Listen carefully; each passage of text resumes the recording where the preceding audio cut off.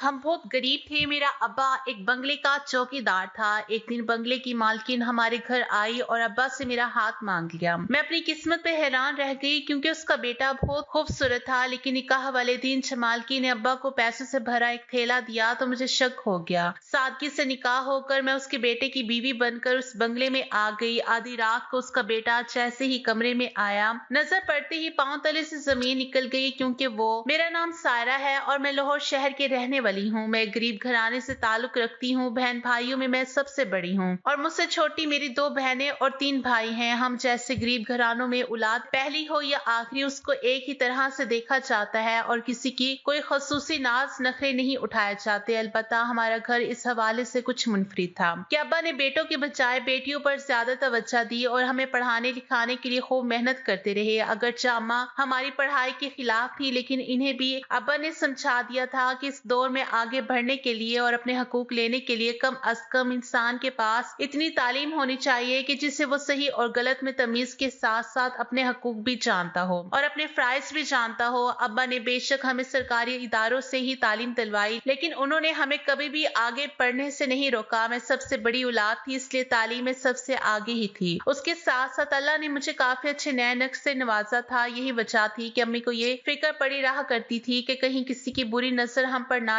पड़ जाए। एक तो हम गरीब थे, दूसरा मेरे बाबा एक बहुत अमीर फैमिली के बंगले पर चौकीदारी की नौकरी किया करते थे। उनकी तनख्वाह बहुत सारे सालों बाद जाकर इस काबिल हुई थी कि वो बाहर के छोटे मोटे काम किए बगैर अपने कुंबे की कफालत महज इस तनख्वाह के बल पर कर सके। इससे पहले बाबा जब चौकीदारी की ड्यूटी निभा कर वापिस आते थे तो साथ ही साथ किसी न किसी दूसरे बंगले में पार्ट टाइम माली का काम भी करते थे ताकि घर के अखराजात पूरे किए जा सके। मैं हमेशा से सोचती थी कि पढ़ लिख कर किसी अच्छी जगह पर जॉब करूंगी ताकि अपने बाबा का हाथ बटा सकूं और उनका बेटा बन सकूं। हमारे दोनों भाई अभी काफी छोटे थे और चौथी जमात में पढ़ रहे थे, इसलिए मेरी बड़ी ख्वाहिश थी कि मैं किसी तरह से इस काबिल हो जाऊं कि बाबा का बोझ बांट सकूं। मैंने अपने इन हालात का इजहार अपने घर में भी कर रखा था, जिस पर बाबा को तो कोई इतराज नहीं था। अलबत्ता अम्मा को इस पर बहुत इतराज था। उनका कहना था कि लड़की सास से काम नहीं करवाना चाहिए क्योंकि औरत की कमाई में बरकत नहीं होती। इसमें अम्मा का कसूर नहीं था क्योंकि वो पुराने जमाने की खातून थी और इसी तरह से चला करती थी। अलबत्ता अब्बा इस मामले में जमाने के साथ चलने के कायल थे और मेरी खूब हौसला अफजाई भी किया करते थे। वक्त गुजरता गया और मैंने यूं ही सरकारी इदारों में पढ़ते पढ़ते एफए कर लिया। मैं आगे भी पढ़ना चाह रही थी, लेकिन अम्मा ने इस बार काफी शोर डाला। फिर भी अब्बा ने उनकी एक नहीं सुनी और मुझे सरकारी कॉलेज में आगे ग्रेजुएशन के लिए दाखिला दिलवा दिया। इस मामले में अम्मा को न जाने क्यों डर ही लगा रहता था। मैंने अम्मा का डर दूर करने और दुनिया का सामना करने के लिए इख्तियारी मज़ामीन में कानून का मज़मून भी रखा ताकि मुझे कम अज कम अपनी बुनियादी हकूक का इल्म हो। मैं तो पीएचडी करना चाहती थी, लेकिन मुझे ऐसे लग रहा था कि अम्मा तो मुझे शायद मास्टर भी ना करने दे। खैर, मैं अल्लाह का नाम लेकर ग्रेजुएशन में दाखिला ले चुकी थी और साथ साथ घर में अम्मा के साथ पूरा काम भी करवाती थी। घर के कामों के साथ साथ मैं अपने छोटे बहन भाइयों को भी पढ़ाती थी ताकि मैं पढ़ाई के साथ साथ उनकी तरबियत भी कर सकूं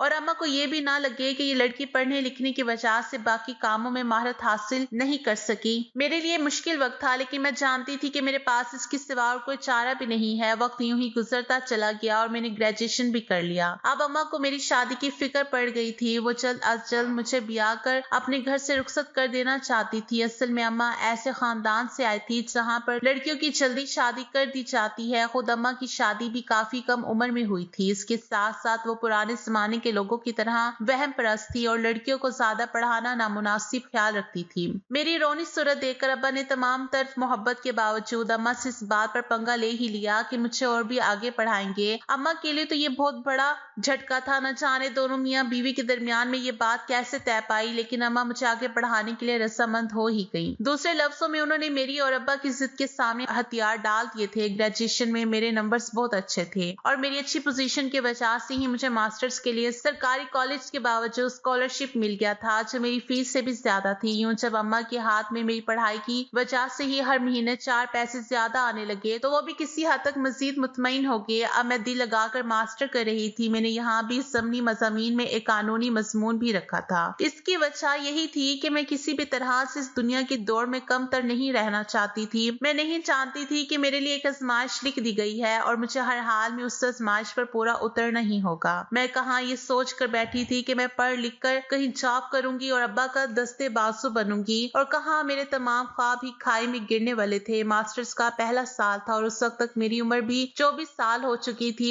जब एक दिन अब्बा बड़े अजीबोगरीब से मूड में घर आए। उनके चेहरे से लग रहा था कि वो खुश हैं, लेकिन साथ ही साथ यूं भी लग रहा था कि वो किसी हद तक परेशान भी हैं। कुछ दिन तक तो यूं ही रहा और अम्मा अब्बा के दरमियान में बड़ी तवील लेकिन सरगोशी नुमा बहसें जारी रही। मुझे समझ नहीं आ रही थी कि आखिर क्या हो रहा है। इसी दौरान मेरे पेपर्स भी सर पर आ पहुंचे और मैं तमाम चीजों को जहन से निकाल कर अपनी पढ़ाई की तरफ मतवज्जा हो गई। और मेरा इरादा तो इसके बाद जॉब करने का था, लेकिन मैं नहीं जानती थी कि मेरे मुकद्दर में कुछ और ही लिख दिया गया है। जिस दिन मेरे पेपर्स खत्म हुए उसी दिन अब्बा ने हमें कहा कि कल उनकी मालकिन हमारे घर आने वाली है। मैं बड़ी हैरान हुई और पूछने लगी कि आखिर आपकी मालकिन हमारे घर क्या करने आ रही हैं। अब्बा कहने लगे कि भाई वो मालकिन है, उन्होंने ही कहा है कि वो हमारे घर आएंगी। मैं भला उनसे इस मामले में क्या कह सकता हूँ। अब्बा का ये अजीबो गरीब जवाब सुनकर मैं मुतमईन तो नहीं हुई, लेकिन खामोश हो गई। हम अपने गरीब खाने को जो 2 कमरों का एक छोटा सा घर था अच्छी तरह से साफ सुथरा करने में मशगूल हो गए। अगले दिन वाकई अब्बा के बंगले की बड़ी बेगम साहिबा हमारे घर आ पहुंची। कुछ देर तक तो वो बड़ी बेतकल्लुफी से हमारे दरमियान बैठी रही। हम सब भी उनके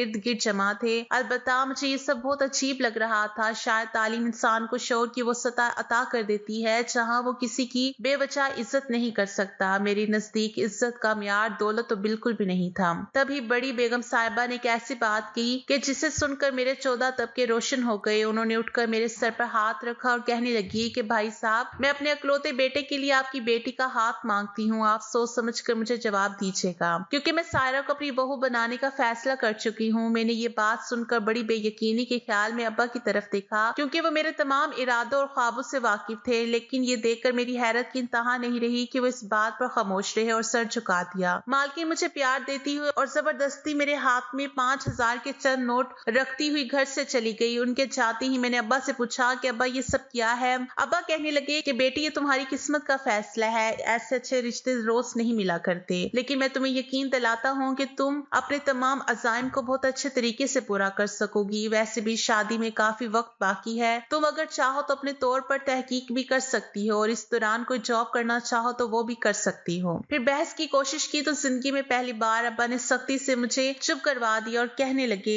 मेरा फैसला आखिरी है। तुम्हारी शादी मालकिन के बेटे के साथ ही होगी। मैं नहीं जानता कि वो हम जैसे गरीब लोगों के घर में रिश्ता क्यों जोड़ना चाहती हैं, लेकिन उस लड़की को मैंने अपनी गोद में खिलाया है और शुरू से ही उनके पास काम करता रहा हूँ। वो लड़का वाकई बहुत अच्छा है। अब्बा के इस फैसले के सामने भला मैं क्या कर सकती थी, लिहाजा दिल पर पत्थर रखकर खामोश हो गई। मेरे लिए ये सब हजम करना बहुत मुश्किल था, लेकिन मुझे नजर आ रहा था कि अब यही मेरा मुकद्दर है और मुझे किसी न किसी तरह इन सब को दिल से कबूल करना ही होगा। कुछ दिन तो मुझे अपने आप को यह हकीकत समझाने में ही गुजर गई। फिर मैंने मौजूदा मोहलत को गनीमत समझा और अब्बा से जॉब की बात की तो वो कहने लगे, तुम्हारे जहन में कौन सी जॉब है? कानून की तालीम हासिल करने की वजह से कॉलेज में मेरे कुछ दोस्त बन गए थे। मैं उनसे बात भी कर चुकी थी और अब कोर्ट में किसी वकील के असिस्टेंट के तौर पर जॉब करना चाह रही थी। मेरी मास्टर की डिग्री LLB की थी, इसलिए मुझे इस जॉब में कोई मसला भी नहीं दरपेश हो सका था। हैरत अंगेज तौर पर अब्बा के साथ साथ अम्मा ने भी इस मामले में कोई एतराज नहीं किया। कुछ ही दिन में जहां मेरी जॉब कंफर्म हो गई, वहीं पर मेरी शादी की तारीख भी मुकर्रर कर दी गई। अब्बा ने मेरी शादी की तैयारी के लिए 7 महीने का वक्त मांगा था तो बेगम साहिबा ने बेखुशी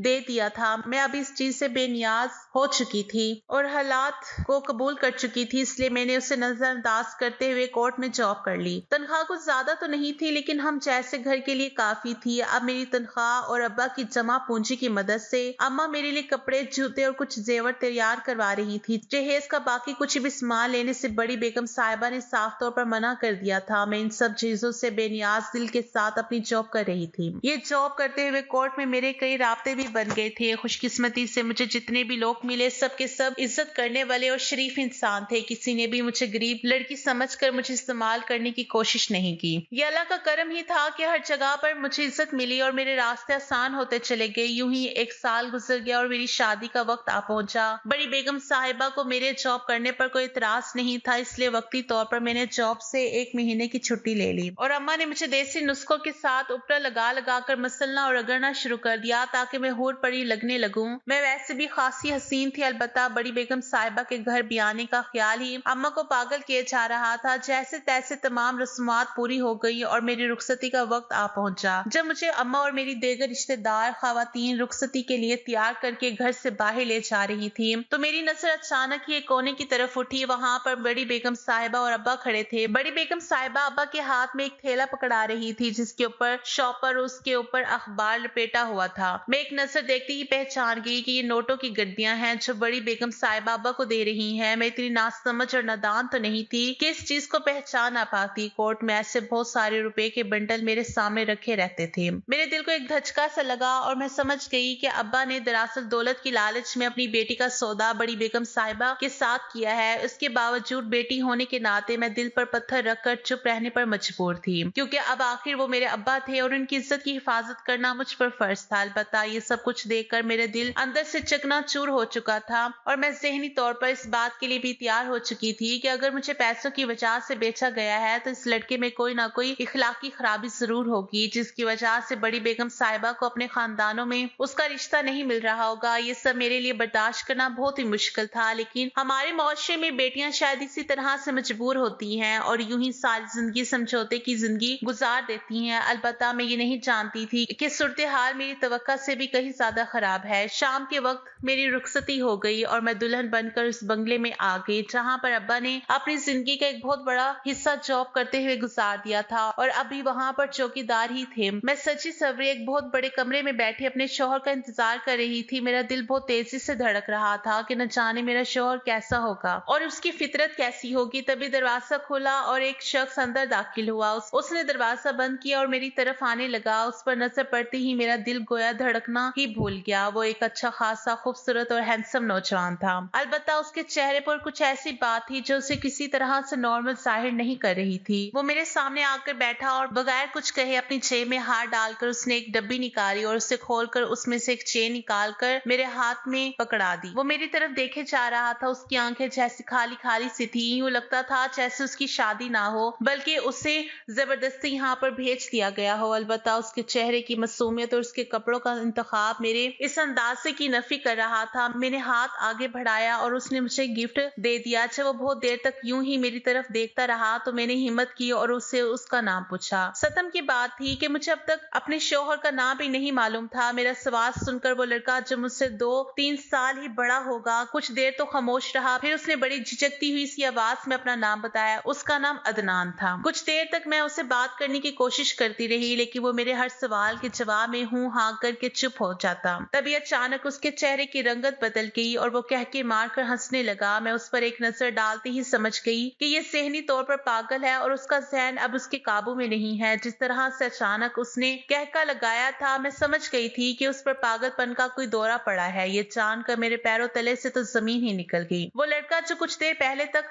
तकरीबन नॉर्मल नजर आ रहा था अब एकदम अब नॉर्मल शख्स बन गया था और बिला वजह मेरी तरफ देख देकर हाथ से इशारे करता हुआ हंस रहा था। मेरा दिल घुटन के मारे चूर चूर हो रहा था और मैं सोच रही थी कि आखिर अब्बा ने अपनी लाडली और बड़ी बेटी के साथ ये क्या सलूक किया है। वो तो मेरी जिंदगी के तमाम अहदाफ से बाखूबी वाकिफ थे, फिर भी उन्होंने जानते हुए मुझे इस जहन्नम में कैसे धकेल दिया। ये सोच ही मुझे मारे डाल रही थी कि मुझे इस जहन्नुम में मेरे माँ बाप ने जानबूझकर धकेला है। अब मुझे याद आ रहा था कि कैसे मेरे अब्बू कुछ दिन तक सरगोशियों में अम्मा से सारी बातें करते रहे थे। इसका मतलब साफ जाहिर था कि उन्होंने बाकायदा मंसूबा बंदी करके मुझे इस अजाब में धक्का दिया है। काफी देर तक वो लड़का यूं ही कह के लगाता रहा। हैरत की बात तो ये थी कि ये सब करते हुए उसकी आंखों से आंसू भी निकल रहे थे। उसकी आंखों से ऐसा बिल्कुल भी नहीं लग रहा था कि वो हंस रहा है। वो वाकई ज़हनी तौर पर बेहद पसमंदा था। अलबत्ता बीच में उसने 2-3 बार मुझे बीवी और बेगम कहा, जिससे ये जाहिर होता था कि उसकी हवा सलामत जरूर है लेकिन उसके काबू में नहीं है। वो रात मेरी जिंदगी की सबसे ज्यादा भयानक और तवील तरीन रात थी। मैं हर सूरत यहाँ से फरार होना चाहती थी। अलबत्ता कल वलीमा था और वलीमे के बाद मुझे एक बार तो अपने घर जाना ही था। मैं अच्छी तरह से सोच चुकी थी कि मैं अब इस घर में वापस कभी नहीं आऊंगी, चाहे फिर मेरे घर पर इसकी वजह से कोई मुसीबत भी क्यों ना आए। मैं इस तरह के अज़ाब में सारी जिंदगी कभी नहीं गुजार सकती। अल्लाह अल्लाह करके ये तवील और काली रात खत्म हुई और अगले दिन वलीमे के बाद मैं शाम के वक्त रस्म पूरी करने के लिए अपने घर वापस आ गई।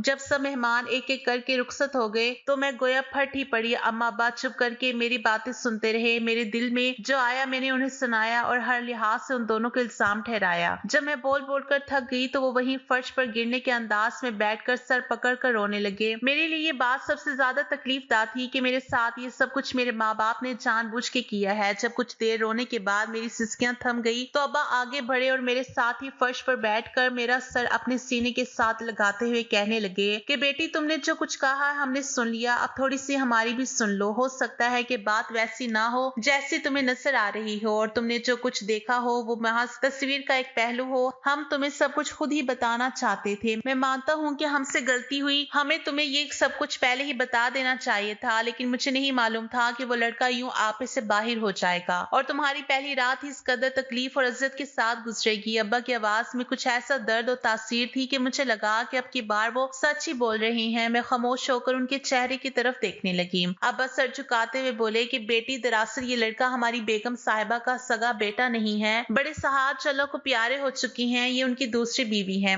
और ये लड़का बड़े साहब की पहली बीवी की औलाद से है। मौजूदा बड़ी बेगम साहिबा के साथ बड़े साहब ने इसलिए शादी की थी कि वो अपने बेटे की परवरिश में कोई कमी ना छोड़े, क्योंकि उस वक्त ये बच्चा बहुत छोटा था। मैंने उस लड़के को अपने हाथ में खिलाया पिलाया है और उसके अपने सामने बड़ा होते हुए देखा है, इसलिए मुझे उस लड़के से अपने बच्चों जैसी मोहब्बत है। आज मैं तुम्हें बताता हूँ कि दरअसल इस लड़के के इस पागलपन के पीछे असल कहानी क्या है। तुम जानती हो कि अमूमन सुतेली माएं अपने सुतेले बच्चों के साथ क्या सलूक करती हैं। अलबत्ता मौजूदा बड़ी बेगम साहिबा इस मामले में किसी चुड़ैल और डायन से कम नहीं है। मुझे ये बात नहीं कहनी चाहिए क्योंकि मैंने उनका नमक खाया है, लेकिन जो सच बात है वो यही है कि उस लड़की की ये तमाम हालत बड़ी बेगम साहिबा की वजह से है। अब्बा की ये बात मेरे लिए बेहद हैरत अंगेज थी कि ये लड़का कुदरती तौर पर पागल नहीं बल्कि इसके पागलपन के पीछे बड़ी बेगम साहब का हाथ है। ये इंकशाफ इस कदर सनसनीखेज था कि मैं अपनी तमाम तकलीफ भूल गई और बेख्तियार पूछ बैठी कि अब्बा ये सब कैसे हुआ। मुझे पूरी तफसील बताएं। अब्बा कहने लगे कि जब बड़ी बेगम साहिबा ब्याह कर इस घर में आई तो उस वक्त इस लड़के की उम्र तकरीबन 3 साल थी। वक्त के साथ साथ बेगम साहिबा की नफरत अपने सुतेले बेटे से बढ़ती चली गई और शादी के 30 साल अल्लाह ने उन्हें एक बेटी भी दे दी। अपनी औलाद गोद में आते ही उन्होंने न सिर्फ सुतेले बेटे से आंखें फेर ली बल्कि ये कोशिश करना भी शुरू कर दी कि किसी तरह बड़े साहब की सारी जायदाद उन्हें और उनकी बेटी को मिल जाए और ये सुतेला लड़का इससे मरहूम रहे। इस मकसद के लिए उस लड़के को रास्ते से हटाना जरूरी था, इसलिए बड़ी बेगम साहिबा ने न जाने किस तरह की दवाइयां उस लड़के को खाने में मिलाकर देना शुरू की कि उसका दिमागी तवाज़ुन आहिस्ता आहिस्ता बिगड़ने लगा। बड़े साहब उस वक्त जिंदा थे और वो ये सब सूरत हाल देखकर बेहद परेशान थे। उन्होंने अपने बेटे को बहुत सारे डॉक्टर्स को चेक करवाया। डॉक्टर्स का कहना था कि ये मर्ज काबिल इलाज है और उन्होंने इस सिलसिले में बहुत सारे चेकअप के बाद दवाइयां भी लिख कर दी। जाहिर सी बात है कि बड़े साहब कारोबार के सिलसिले में घर से बाहर हुआ करते थे तो वो दवाइयां देने की जिम्मेदारी भी सुतेली माँ के कंधों पर आ गई। बड़ी बेगम साहिबा ने वो दवाइयां कभी भी उस लड़के को नहीं दी बल्कि मजीद वही जहरीली और नशावार दवाइयां उस लड़के को पिलाती रही, जिसकी वजह से उस लड़की की हालत और भी बिगड़ती चली गई।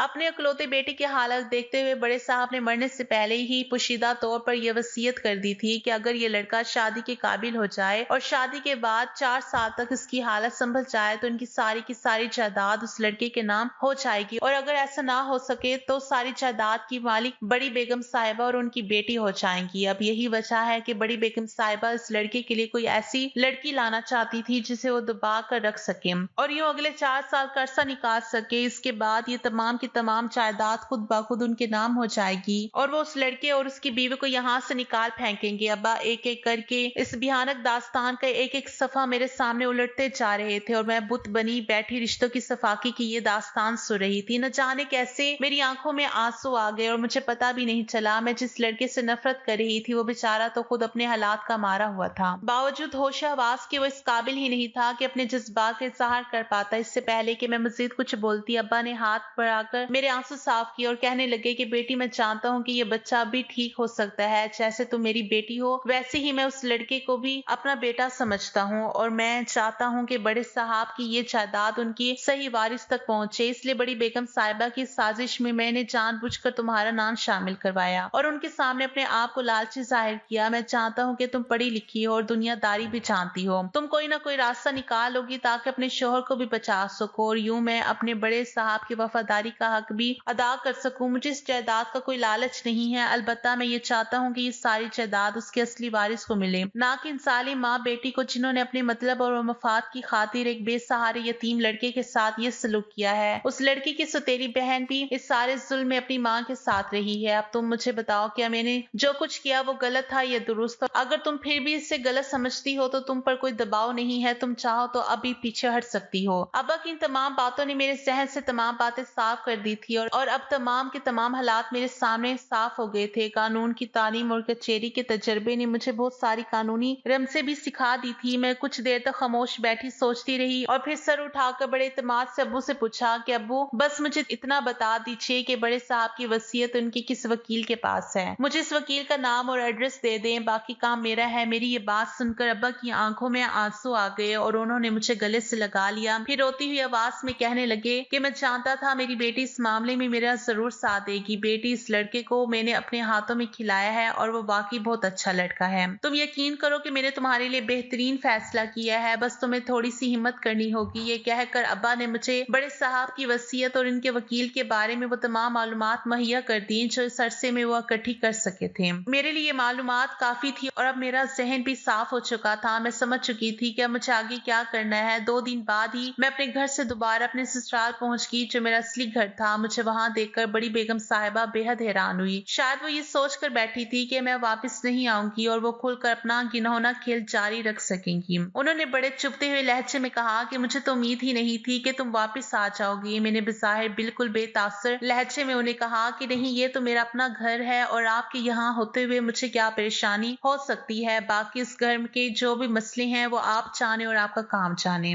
मैं कौन होती हूँ इसमें दखल देने वाली? मुझे तो अपने इस लाइफस्टाइल से मतलब है जो आप मुझे दे सकते हैं। मेरी बात सुनकर बड़ी बेगम साहिबा के चेहरे पर एक बड़ी कमीनी सी मुस्कुराहट उभरी और वो सर हिलाते हुए अंदर चली गई। मैंने दिल ही दिल में उन पर लानत भेजी और अपना सामान उठाकर जॉब पर जाने के लिए बाहर निकल आई। कोर्ट में पहुंचते ही मैंने बड़े साहब के वकील का पता किया और उनसे जाकर सारी बात की। वो भी एक दर्द दिल रखने वाले इंसान थे और इस मामले में भी यही चाहते थे कि ये जायदाद उसके असली वारिस तक पहुंचे। इस बारे में अब्बा मुझे पहले ही बता चुके थे। मैंने वकील साहब से सारी बात की और अपना प्लान इनके सामने रखा। उन्हें भी मेरा ये मंसूबा बेहद पसंद आया। कुछ दिन में कानूनी कार्रवाइयों की मदद से मैं कोर्ट के जरिए इस चीज की इजाजत ले चुकी थी कि बड़े साहब की जायदाद में से खासी बड़ी रकम अपने शौहर की इलाज पर खर्च कर सकूं। जब ये बात बड़ी बेगम साहिबा के इल्म में आई तो उन्होंने मुझे बेहद धमकाने की कोशिश की, लेकिन कानूनी तौर पर अब वो मेरा कुछ नहीं बिगाड़ सकती थी क्योंकि मैंने जाती हिफाजत के लिए कोर्ट में दरखास्त भी दे दी थी और बड़ी बेगम साहिबा का नाम इसमें दर्ज करवा दिया था। मैं अपने शौहर अदनान को लेकर बैरून मुल्क चली गई और वहां पर उसका इलाज शुरू करवा दिया। इन जहरीली दवाइयों का असर उतरते उतरते तकरीबन 7 महीने लग गए,